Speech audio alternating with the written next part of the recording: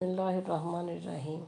औरतों को घूरना छोड़ दें, क्योंकि इनमें ऐसा कुछ भी इजाफी नहीं जो आपके घर में मौजूद माँ, बहन या बेटी में ना हो। बेटियां तो नूरुल ऐन होती हैं, कल्ब का सुकून और चैन होती हैं। अल्लाह हर बेटी का नसीब अच्छा करे, आमीन।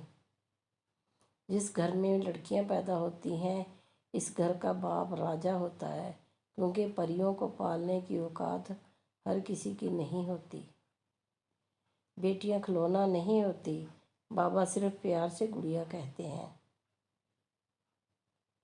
बेटी की ज़ात मुक़द्दस ना होती तो मोहम्मद सल्लल्लाहु अलैहि वसल्लम की औलाद का सिलसिला बेटियों से शुरू ना होता। बेटी वो नेमत है कि जब हज़रत बीबी फ़ातिमा रज़ियल्लाहु तआला अन्हा तशरीफ़ लाती थीं तो अल्लाह के महबूब सल्लल्लाहु अलैहि वसल्लम भी इस्तकबाल को उठ खड़े होते